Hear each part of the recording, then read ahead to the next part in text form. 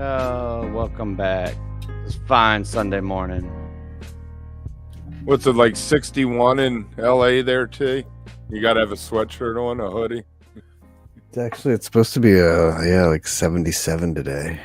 Oh, God, that cold. Chilly fall 77. Damn. It's balmy. Oh man. I was up all night last night. I was so excited about everything. I just had all this energy, pent up energy. And I was like, I'll sleep in a little bit this morning. My daughter got up at like 6 a.m. Daddy, wake up. I went on a date with my wife last night. And we're gonna talk about the movie that we went and saw. Can it be a date if it's your wife? Yeah, it better be a date if it's your wife. If the But isn't minute it you just stop you and dating your wife going out? Yeah, but I feel like the minute you stop dating your partner, that's when your marriage is fucked. You got to treat it like you're still dating, in my opinion. But anyway, we did a date night, and my daughter is like the first time she like got the concept of. She's like, I want to go on a date, so I'm gonna take her back out today, and we're gonna go see the movie again. So she's like, Daddy, you got to wear a jacket because I dressed up with Christina. Because that's what they do in movies and on TV shows. Good morning, SC Shermith. What's up, guys?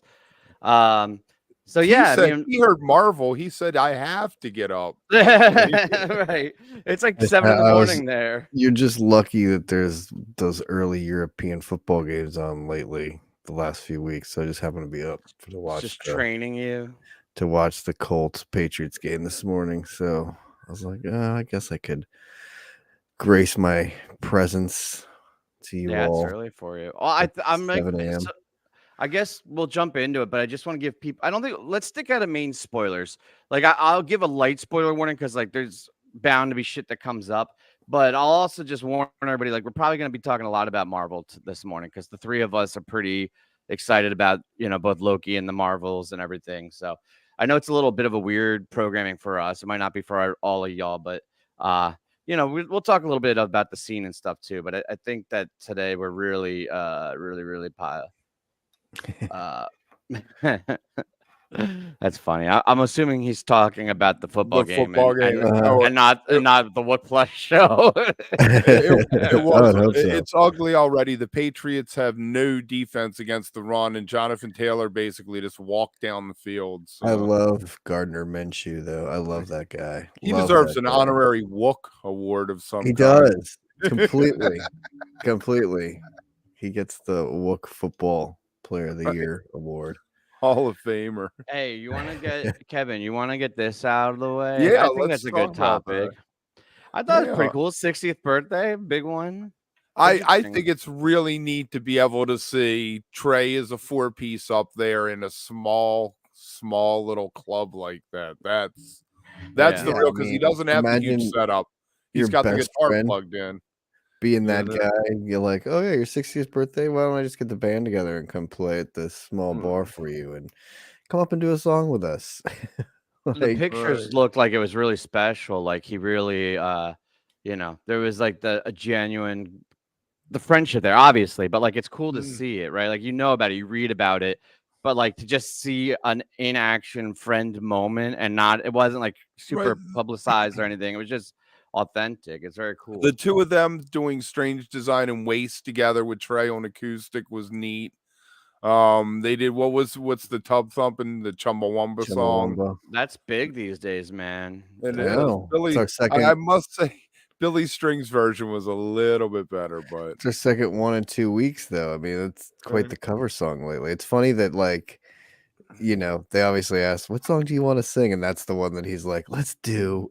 We're coming up on the 25th anniversary of when Fish played that one in Hampton in '98. Yep. That song's that old. Yeah. Yeah. That's crazy. Make me feel old as shit. And the other cover they should bring back, Getting Jiggy with It. Yeah.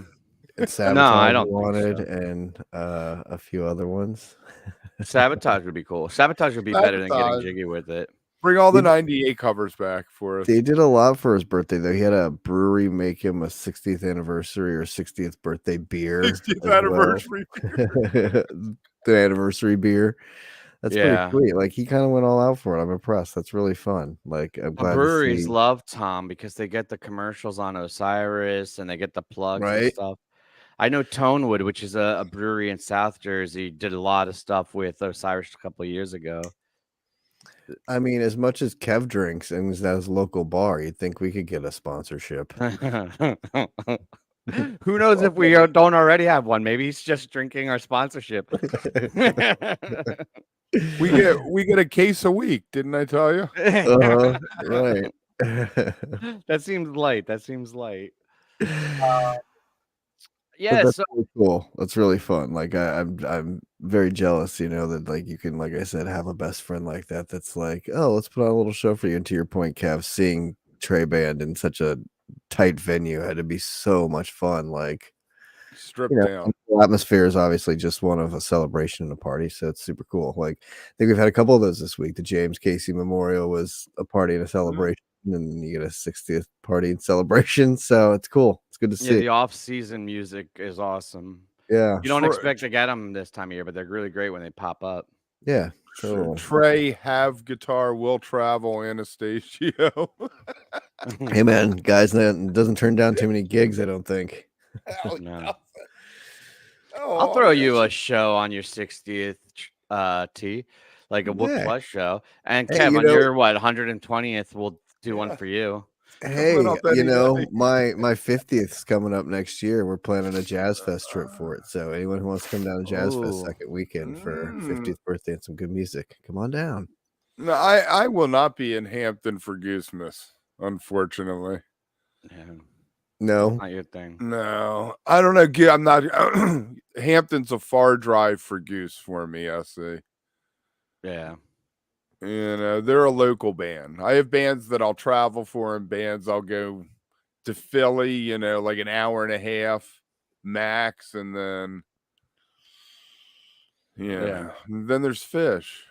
You travel to Hampton for Fish. Oh, so in a heartbeat. I've reserved rooms down there like 3 times over the past 2 years. Every time there's a rumor. Just in case. The lady at the desk is like, Kevin, the rumors are not true. You don't need to reserve it. Right. Cancel that room. Don't forget. Well, I mean, the Hampton's so cool with the hotels right there, though. If you've never been, it's a convention center. So it's surrounded by hotels so you can stumble home, which is the beautiful part about it. It isn't like I have to get an Uber and drive 20 blocks, Yeah. That's nice. It is nice. All right. So we've all seen the movie. I want to start with the Marvels and then we'll go to Loki if that's fine for you. Impressions. How do you guys think of it? Did you enjoy it? What are your thoughts? T, what did you make of the movie? Of the movie? Yeah. I enjoyed it. I thought it was a lot of fun.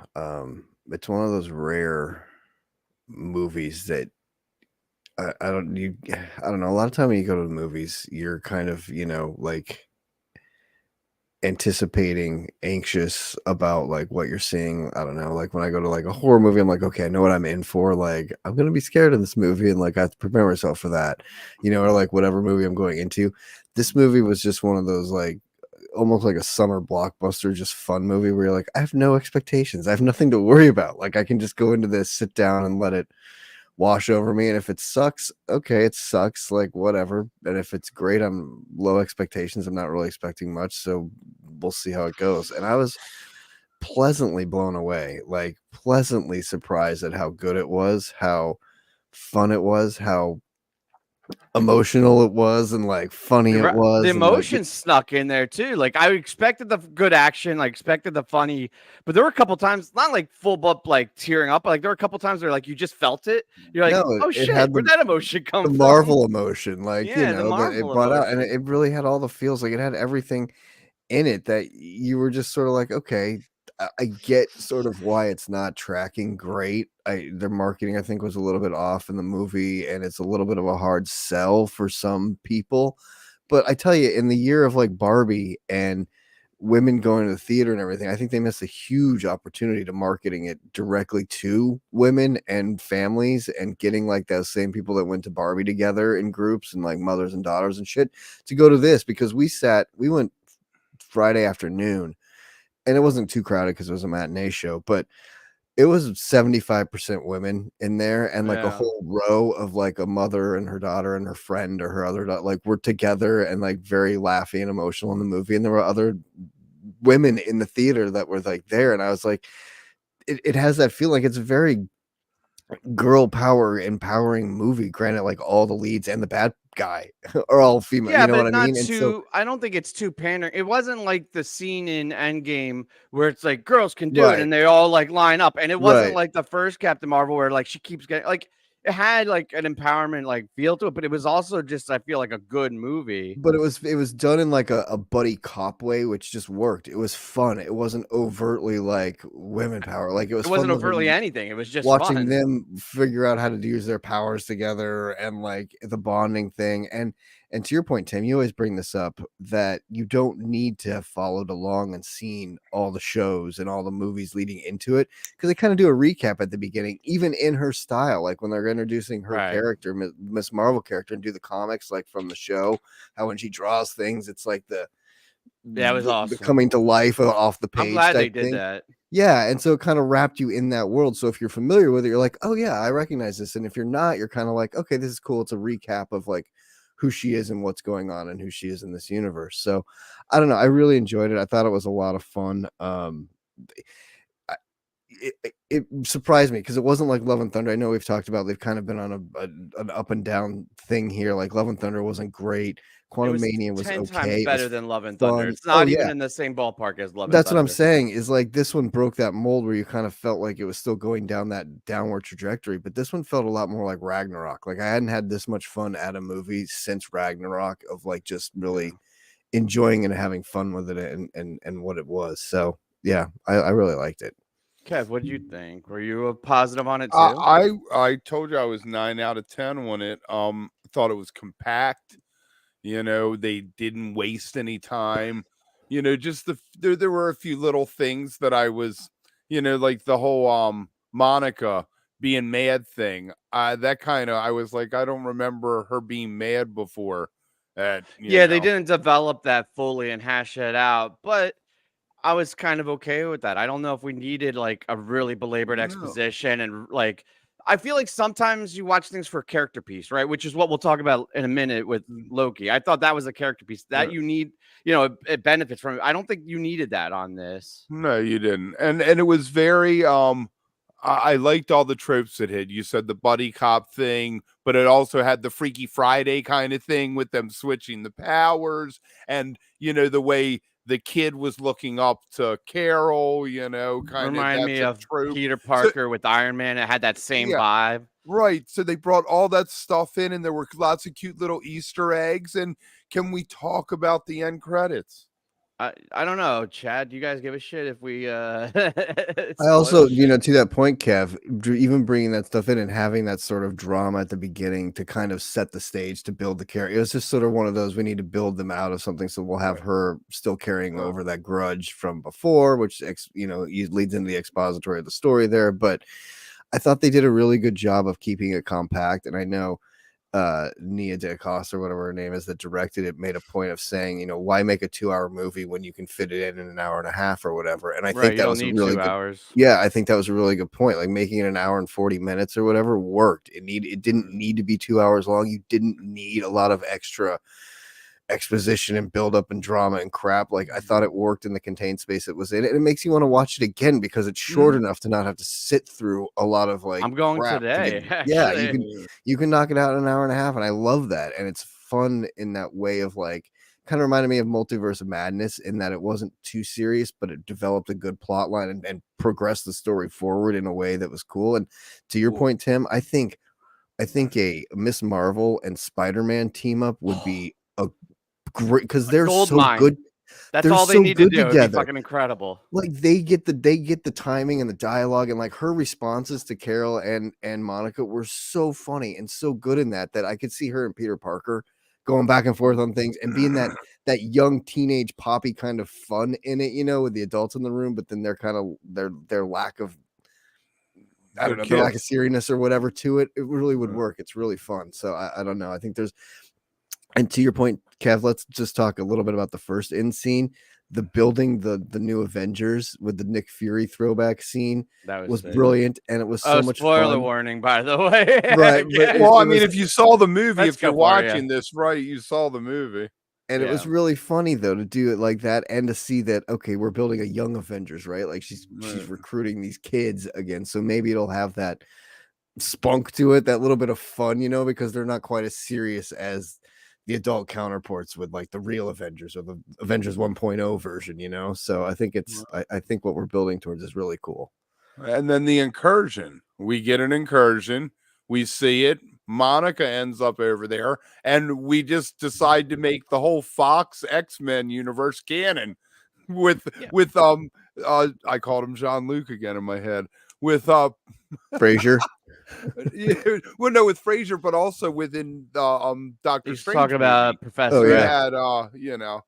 Yeah, but I feel like that was always the game plan. We have Deadpool's the next movie, right? And we don't actually know if this was technically out of X3. Like Kelsey Grammer played Hank McCoy in X3, but it could just be like the same thing as Doctor Strange, where it's the same actor but a different universe. It could even be 838. Well, it's obviously a different universe because she went through the hole. No, different than the MCU, but I'm saying it could be different than the Fox one. In the Like, Fox we don't know if it's universe. the same universe as X3, because Yeah, X3 was the one that had Kelsey Grammer. I feel like that's how they're bringing the Fox universe in, and then they had Hawkeye, so they're bringing all the the TV in, and along with Hawkeye comes Daredevil because Kingpin was in there. And then they brought in the Spider-Mans, they brought in the Amazing Spider-Man and Tobey Maguire. But what I'm saying is that there's two ways they could do it, because the Fox universe had several levels to it, right? Like universes, because they did timey-wimey shit. They could just bring the same actors over and like do them properly. Like the Wolverine coming over is not the same exact Wolverine. He's gonna have the yellow and blue. He's gonna be badass, right? Like it could be the same actors and like but variants of the Fox ones, or they could literally be like a sequel to X3, and now this is like the next movie. And I'm not sure which way they're going, but either way, I think it's dope. I loved those X-Men movies, the early ones with the original cast. The first two were great. Yeah, Days of Future Past was. Days of Future Past was a good, and even one. with that, and then the first one of the new ones. After that, it kind of got like Dark. Well, when they Phoenix went down like Phoenix and stuff, yeah. Dark Phoenix. That's when it was like, oh, but that was when the MCU was already kicking. And then they had the one with all the kids in that weird place. The mutant, yeah. The Mutant Academy or whatever that was. I don't think that's canonized now. Fuck no, that. no. I was like, that's just so far out there. But I also love that in all the other universes, the her friend doesn't have a daughter. You know, like she becomes in the other was like Captain Marvel in Doctor Strange's universe, and then in this one, she's what's binary. Binary, and which is an off character that's not really an X character, which is sort of a different character anyway. But in the comics, Carol Danvers becomes binary.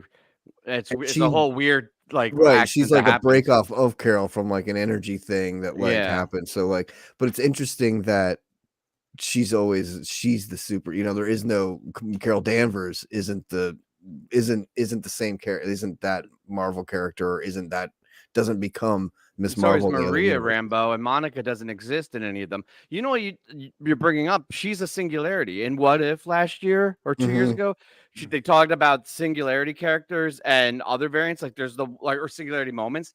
Like they might set it up to where she is the one, Photon, the one Monica Rambeau in all of these universes. That would actually be pretty dope and give more reason to her being the bridge. And maybe that's what causes the more incursions, right? The longer she stays there, it just blows shit up. That would be kind of cool, I think.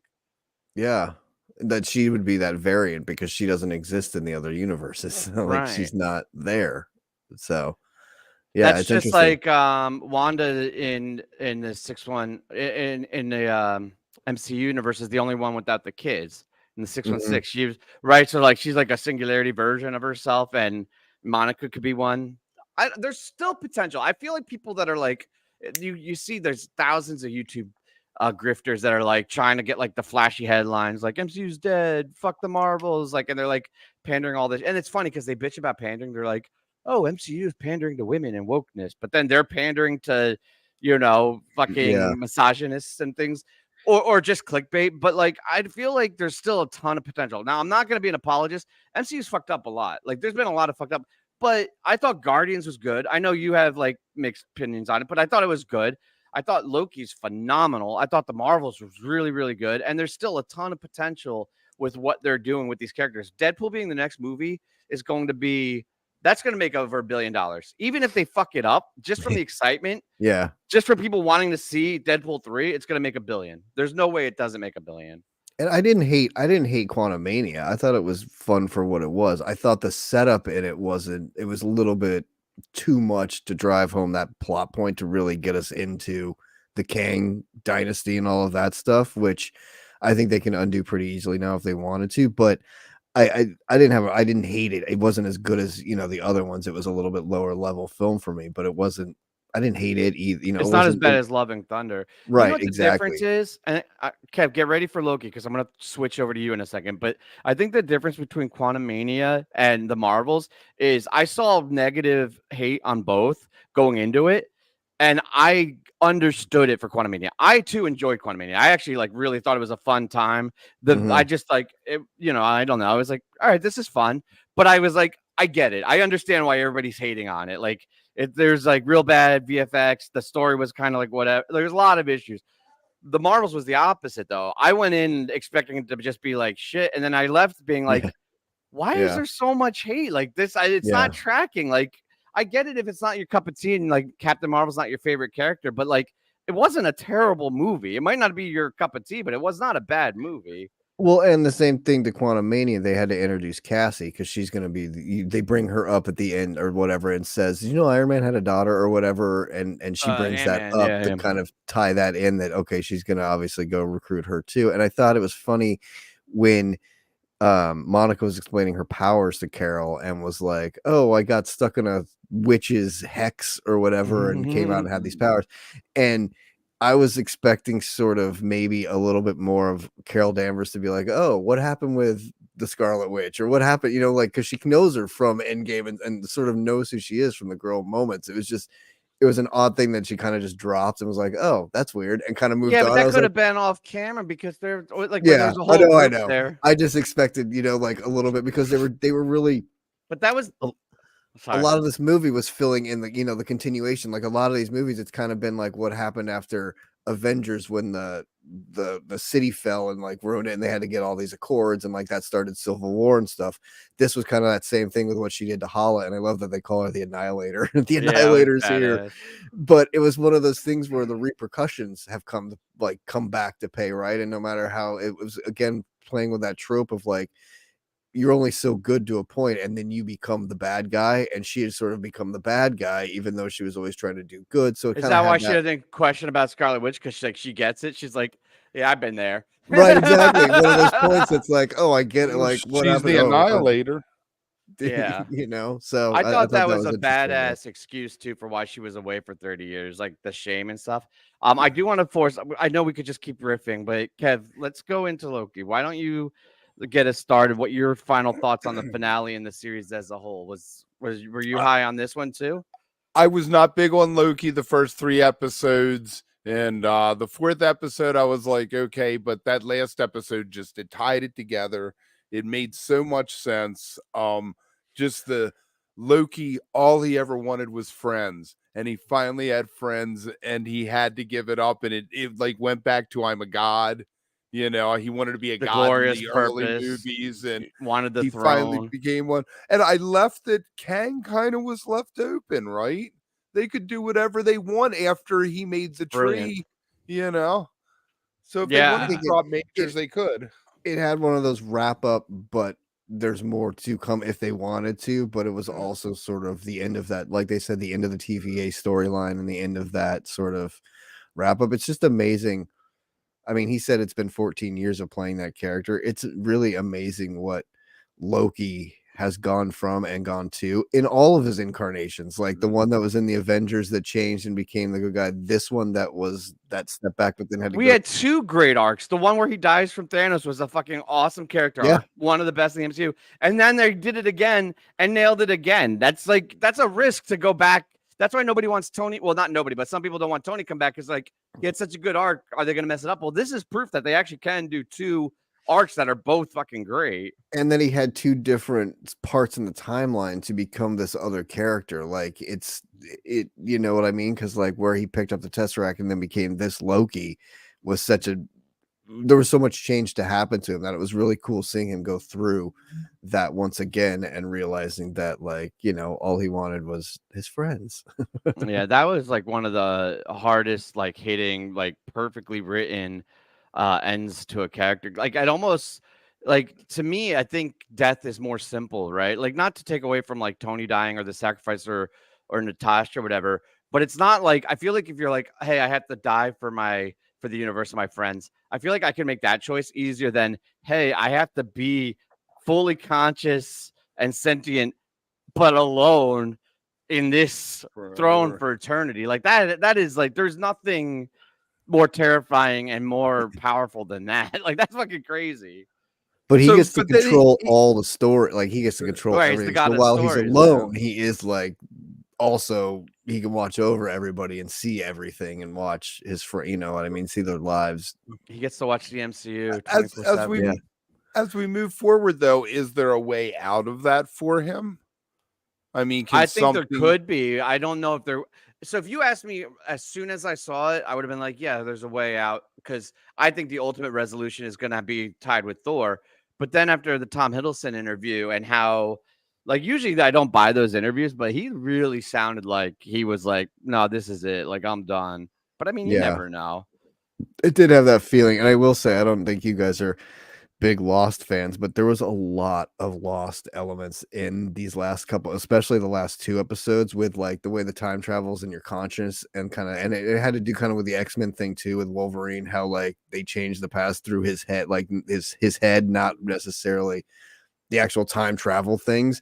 And I thought that was really cool way to do it. And just the setting and the music and everything was so dramatic with it. It had a lot of lost feelings and lost connections to it, which I really, really enjoyed. And I thought those last 2 episodes were just 2 hours of TV that were so well done. That could have been those last 2 could have been a movie within themselves, right? Like just had those 2 combined as like the end of his storyline was just phenomenal. But those last scenes of seeing him become that god, like walking down the bridge and then the steps appearing, like that leap of faith where he's like stepping where there was nothing, and then it created the steps up to the throne, and the gold was kind of getting sucked into the throne and became like, it was so well done and so well, like creating this next level of him now being the man at the end of time or whatever he wants to be. You know what I mean? Like it's really the horns growing and him sitting there, and then the tree, man, when they did the TVA from flipping, you know, going horizontal to then making it the vertical tree and actually having it like sitting there, it was like, which is out of Norse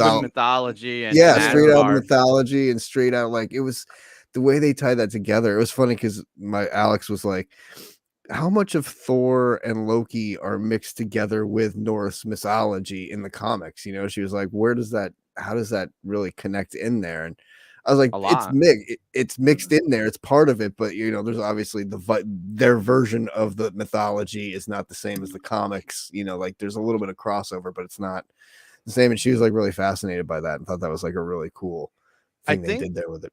I think they take a lot of themes, but then change them. Like my understanding, I mean, I'm not like an expert on Norse mythology, but like the god of mischief and Loki has a lot of loops and Ouroboros type of aspects to his character in Norse mythology. So the general theme of loops and this recycling, I think is tied to that character. So I think it's kind of really appropriate and beautiful the way they turn that theme into a whole 2 halves of this book. I mean, it was really, and we all knew it was going to return to itself, but the way that it did with He Who Remains was perfect.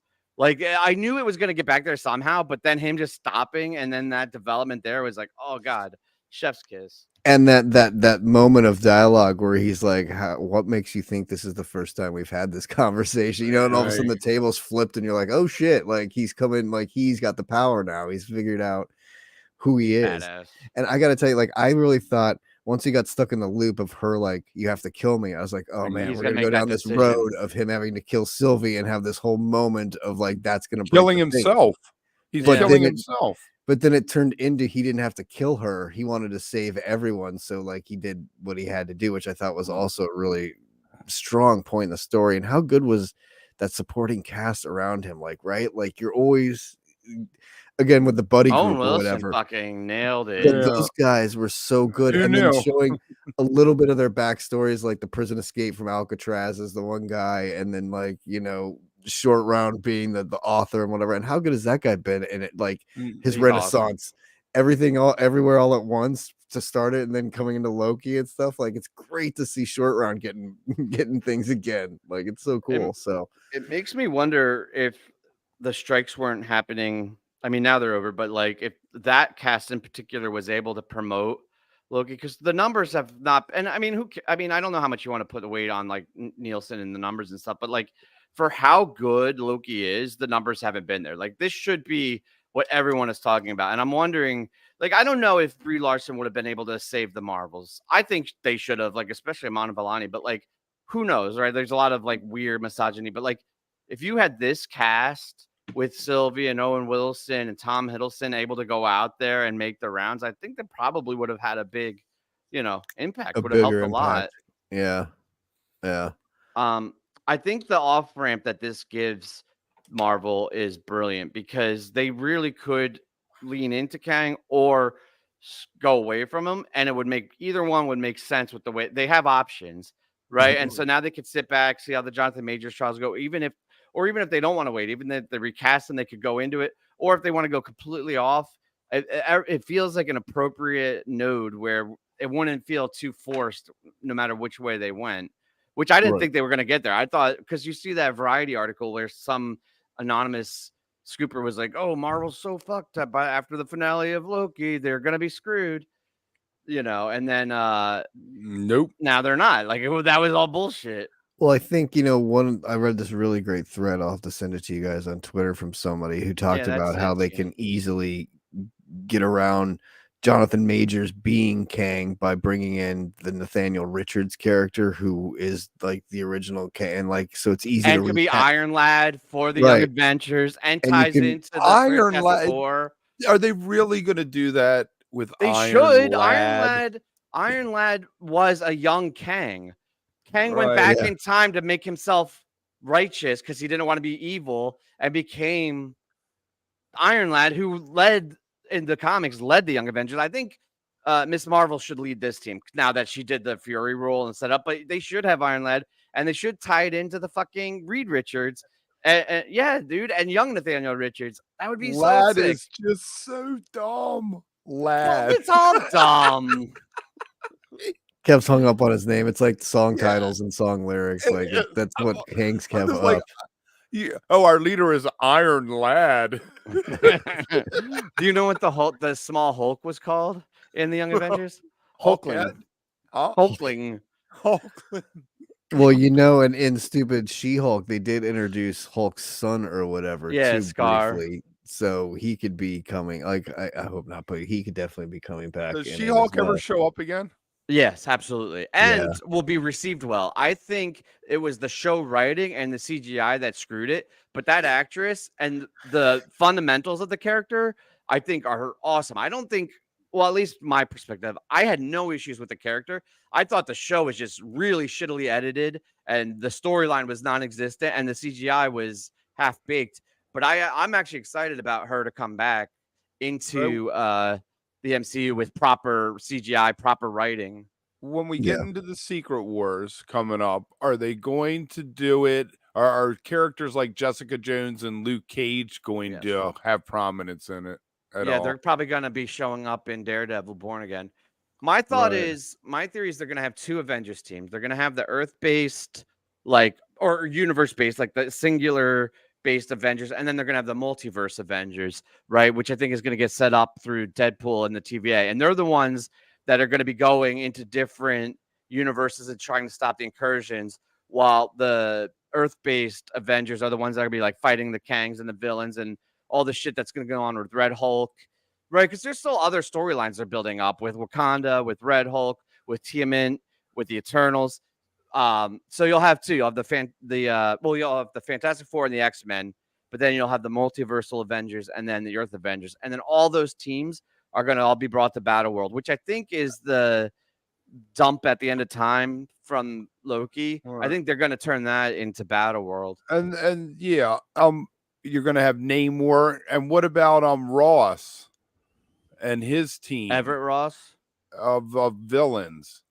Thunderbolt Ross. Yeah. The Thunderbolts. Yeah. Didn't they change the character? Haven't they cast somebody else to be him? Yeah. Harrison Ford. Yeah. Okay. And then he becomes the Red Hulk. That's what I was talking about. Yeah. Right. And I think in that movie they're going to introduce I forget. Someone big. I forget. Anyway, but yeah, no, I think that's going to be so. I think Captain America, Brave New World, and Thunderbolts are going to be tied together. But I honestly, who knows where they're going, because they're reshooting the shit out of those now. But it will be interesting to see how it all connects. I just got super nerdy and sweaty there. I apologize. You got me. You started asking questions. I'm like, yeah, man, it's gonna be. But see, that's okay. That's what I don't understand. All these guys and all these people pretend to be like comic book nerds and love the nerdy shit.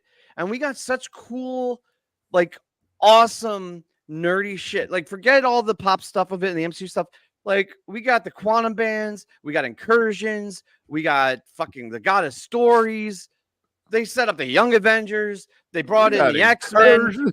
Just straight nerd awesomeness. Forget like, oh, is it woke, or forget if it's, men or women or misogyny or anything. Just nerdy shit. They brought in so much good, like it's like if Fish did Gamehenge, right? And they just started giving you all this shit, and you're like, oh my god, I'm like feasting here. Right. People should just be enjoying this. I want to be passionate online with people talking about how cool it was to see the fucking quantum bands show up in the MCU, but instead all the discourse is like, oh, I didn't like the editing because I hate women. And then they're like, oh, I fucking don't like you incels. So, like, I don't want that to be it. I want the conversation to be about the nerdy shit. Who cares if it wasn't a perfect movie? At the end, they separated the quantum bands. So Carol Danvers was wearing one, and Miss Marvel. No, but I think she gave it back to Miss Marvel, though. At the very end, though, like she had it on when they got in the airplane and shit. So I was did you catch this detail? So in the other universe, I'm excited about this. I'm excited. So Binary, go back and look at that scene, was wearing the quantum bands of the other universe. So I think that's the mechanism that Monica can ultimately get back and create a return. It's awesome. It's very cool. Yeah, it is good. I was a little unsure. Were they moving into her house at the end? Was that the deal? Like, I think the idea was that they were helping Carol move into the Rambo's house, but I can't imagine that the Khans are leaving Jersey City. Like that's very much their. I know, but their house was destroyed, which again was one of those. What happens next? Like our house just got destroyed. They did move out. Yeah. So I was just wondering that because like they don't really have a house anymore. So I was like, maybe that was one of those off-screen conversations where it's like, you know what, while you're getting your house rebuilt or whatever, right, stay with us. And it shows like the familia, like the whole Carol's welcome into the family. Right. Yeah. I saw somebody talking about it, how they were like, they didn't spell it out. They didn't like, why is Mrs. Khan on the space station? They didn't tell us.